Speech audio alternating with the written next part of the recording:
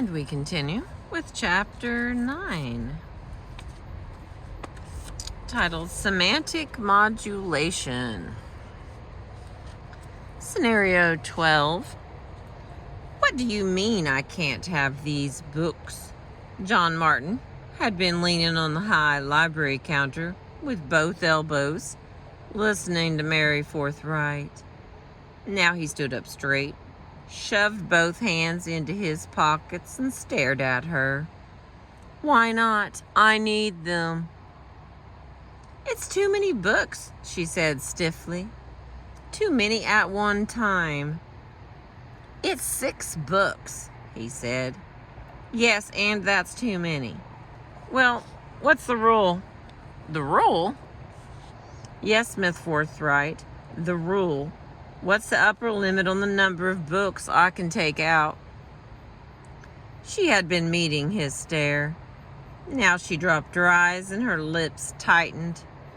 It's not an actual formal regulation, she said stiffly. It's simply common sense. You mean there isn't any rule, and you're still holding me up like this? Time is money, Mrs. Forthright, and I don't have any more of it to waste. Any thinking person knows, said Miss Forthright, that 6 books is too many books to take out of a library at one time. Not this thinking person. He was angry now. Every minute he had to spend standing here arguing with this woman was one more minute delaying the research he had to get done before Monday's meeting. This thinking person happens to know that the function of a library, which is paid for by this thinking person's taxes, is to provide books for this thinking person to check out. And unless you can show me a written regulation that forbids it, Miss Forthright, I am going to take these books. All of these books. Mary Forthright had a brilliant flush high on her cheeks, and her fists were clenched at her sides. I can't stop you, she said bitterly. No, you can't, said John. Now, please, do whatever it is you have to do so I can get out of here and get on with my work. Excuse me. From John Martin's point of view, the librarian's behavior is not only infuriating, it is also incomprehensible. Why on earth should she care how many books he checks out? He is a responsible adult. He always returns the books on time, and that's what the books are for. If he had proposed to remove an entire car full of books, so many books that it might conceivably have diminished the supply of books for other people, her attitude would have been made some minor degree of sense. As it is, it makes no sense, and Martin fully intends to make a formal complaint to whoever runs the library system in his area when he gets home. He makes a note to have his secretary find out who that is first thing Monday morning. We have all run into people like Mary Forthright. If we are people like Mary Forthright, we have all run into people like John Martin. And although the fate of nations does not revolve around a situation like the one in Scenario 12, it will serve us very well as an example with which to learn a new technique. Because no matter what profession or business or field we belong to, we have all shared the experience of using a library. The problem here is that Martin and Forthright face each other across a reality gap, and neither of them can understand the other's behavior. This creates resistance and hostility on both sides and is entirely counterproductive. Incidents like Scenario 12 will cause Mary Forthright to demand that a change be made in the library regulations, to provide her with a written rule stating the upper limit of books that can be checked out at one time. Incidents like Scenario 12 will cause John Martin to demand that a change be made in the library regulations to prevent librarians from interfering with the rights of patrons in such matters, and to insist that they serve the public as they are hired to do. Both demands for change will create even more resistance and hostility, and this loop, fed energetically from both sides, will grow. Soon, unless something is done to prevent it, there will be public meetings at which someone from the library will have to present its case while citizens of the town present theirs, and arguments will rage on both sides. There will be people saying, "I don't think you understand our point of view," and they will be right. In order for change to work, that is, for it to be met with cooperation rather than opposition, whether that opposition is open or hidden, two conditions must be met. It must be introduced slowly, and the new elements must be tied to the old. Semantic modulation is a technique for achieving these conditions, using the linguistic device of the metaphor as a working tool. Tiny little one here. Metaphors. A brief review. For any common situation in daily life, people develop a set of specifications. Often these are encoded as metaphor. If the metaphor is named, or if enough of its elements are mentioned to bring it to mind, everyone involved will have a great deal of shared information that can serve as the context, the background for communication about that situation thereafter. For example, when someone says during a business negotiation that the bases are loaded, or we're at the top of the ninth, the metaphor of the baseball game is evoked. Everyone present knows that and can supply missing details. When someone says, "It's time to circle up the wagons," the metaphor of the old western frontier is brought into service as the context. The Reagan administration's frequent references to things happening on someone's watch brought up the metaphor of the ship of state. It is not necessary for anyone to actually say, in so many words, "This is a baseball game," or "This is the ship of state," just as "you don't really love me" is presupposed by "if you really loved me." The metaphor is presupposed by those of its parts appearing on the surface.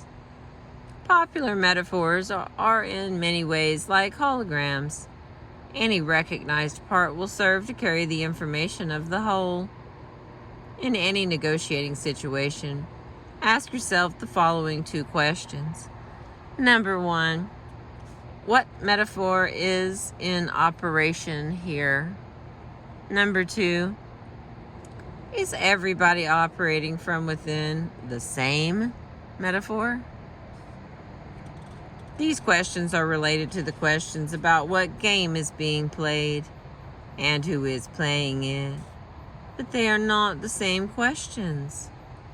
Metaphors are much less formal, and their rules are far less specific than is true for games.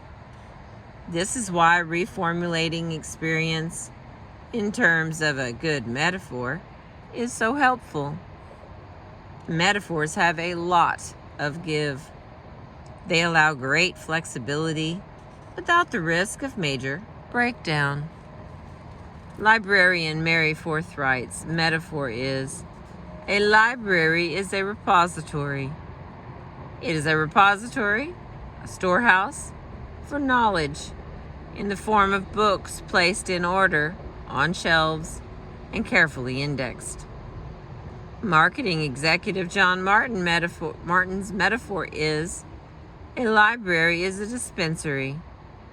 It is a dispensary, a fountain of knowledge in the form of books placed in order on shelves and carefully indexed.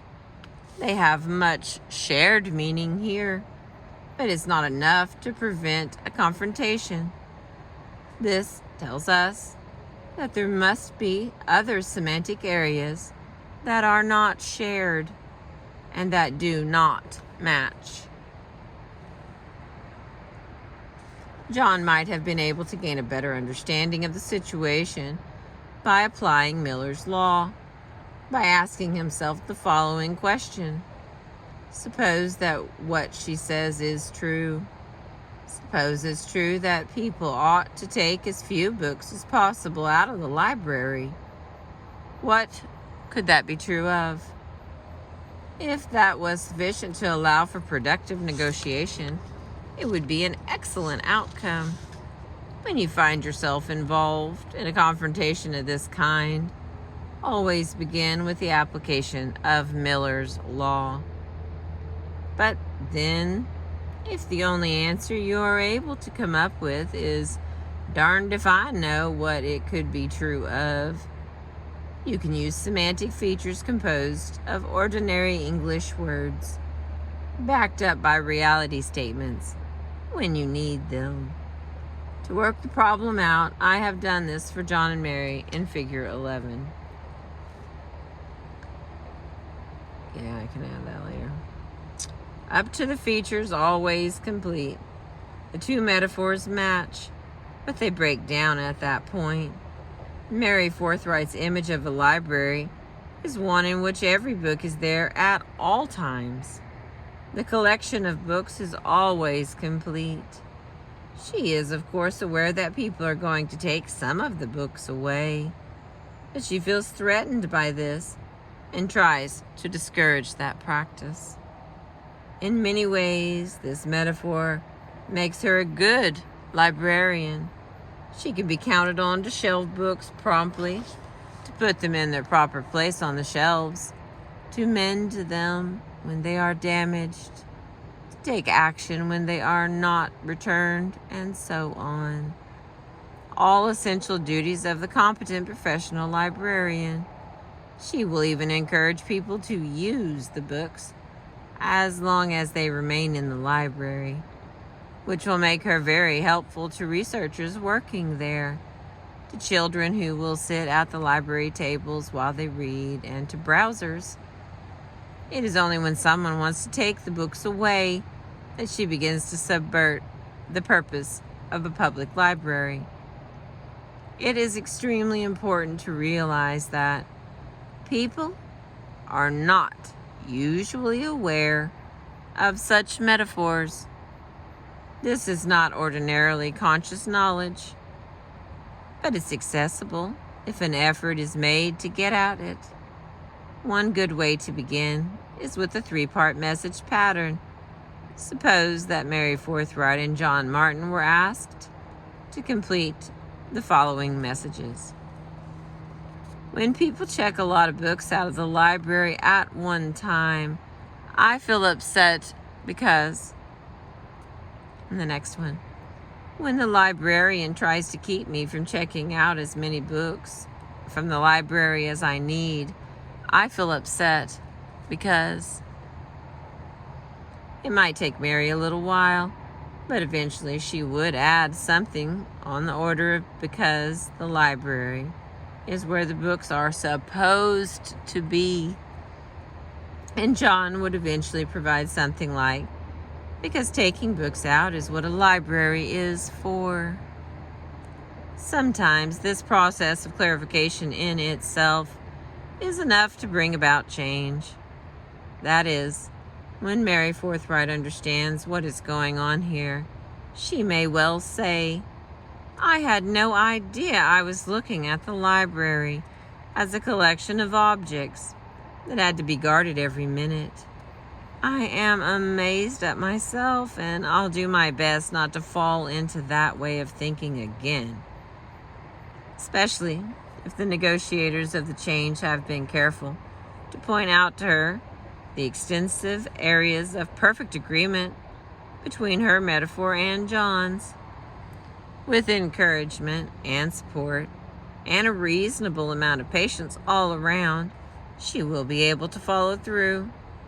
She may still feel a twinge when she sees a library patron approaching the checkout desk with half dozen books. She will understand where the twinge is coming from and will disregard it.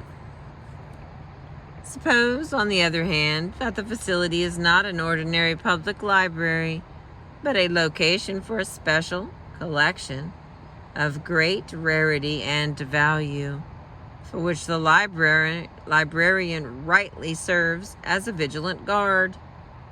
Investigation of the metaphors involved might well bring John Martin to say, I really wasn't aware that I was treating this place like a public library.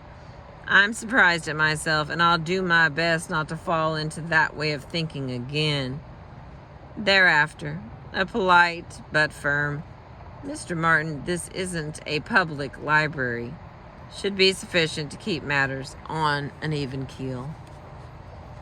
When the change you want to bring about is not something as simple as the number of books that can be taken from a library, when it's a major reorganization of a large corporation or a shift from one product line to another, or the hiring of women for positions traditionally reserved for men, or the introduction of a radically new curriculum at a college. The scale is different, but the process is the same.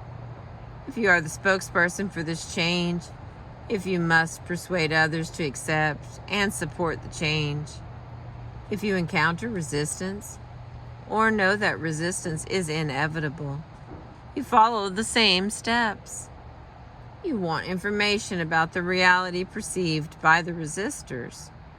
It may be that the simple application of Miller's Law will give you the information you need. If it doesn't, use three-part messages to hunt for the metaphor mismatch causing the difficulty. Here are some examples. When you tell me we have to drop our course in ancient Greek literature to make room for a course on women writers, I feel angry because... The next one. When you tell me that we are going to combine the dawn thunder line with the night lightning line, I feel alarmed because... And the last one. When you tell me that none of the managers are going to have secretaries any longer, I feel distressed because... Hang on, give me a second.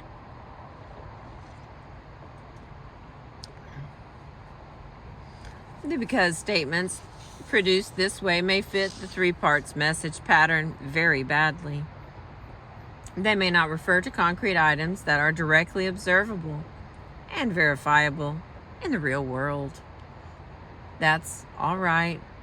The function of these messages in semantic modulation is not to serve as a perfect perfect complaint, but to provide information and clues to more information. However flawed the because statements may be, listen to it carefully. If you're dealing with a number of resistant people, collect as many such statements as you can and consider all of them carefully. They are the foundation from which you will work. You may be thinking that when you want to effect a change, you don't have to go through all of this. You have the authority to order the change. And if people don't like it, that's just too bad. They have to do it anyway. That may be true in your particular case. You may have that sort of power. But people who go along with change unwillingly, as a result of coercion, either mild or severe, are never going to give you a good performance. They will do what they absolutely must, as badly and as slowly as they dare, and they will seize on any safe opportunity to sabotage your goals. If the necessary change is an emergency matter, you may have to settle for this initially, but you would be wise to begin a systematic attempt to persuade people to support the change voluntarily, the instant the acute crisis has been dealt with. Changes brought about by force will never work properly. They generally cause far more trouble than they are worth, and often they have to be scrapped or reversed. Suppose you come upon an animal that is trapped against a barbed wire fence. It doesn't know how to go back the way it came, and it doesn't know how to go forward over the fence. You have two choices if you want to help. You can muster whatever force is necessary to lift or shove the animal over the fence. Or, more gently and more usefully, you can cut the barbed wire so that the animal can move forward on its own, learning as it goes. The gentle art system uses the second of these choices. It is not intended, as many therapies and self-help systems are, to force people over fences. It is intended to remove the obstacles in their paths that keep them from moving forward on their own. And semantic modulation is one of the most powerful and effective tools available for that purpose. It's not like surgery. It's like hygiene, without which surgery is closer to murder than to medicine. Even when you and the other individual share the same metaphor, a semantic feature difference may turn out to be critical for solving problems. Perhaps you and a payroll clerk have a shared metaphor for the accounting structure in question, but the clerk keeps making it difficult for people to obtain their paychecks. Or you may share an inventory metaphor with the supply officer, whose primary goal appears to be preventing the distribution of supplies. It's unlikely that the clerk views the payroll as a collection of money that should not be distributed, or that the supply officer views the supply inventory that way. Much of the time, this phenomenon occurs because individuals have, almost always without realizing it, attached the feature plus personal to the money or supplies, and have come to feel that it is their own property that others are trying to take away. Or in a variation on this theme, someone has attached plus personal, but not on his own behalf. Rather, he views the materials as the personal property of his immediate superior and guards it fanatically on the superior's behalf. This procedure for dealing with the variation is the same. You would begin the task of finding out if something of this kind is happening by simply asking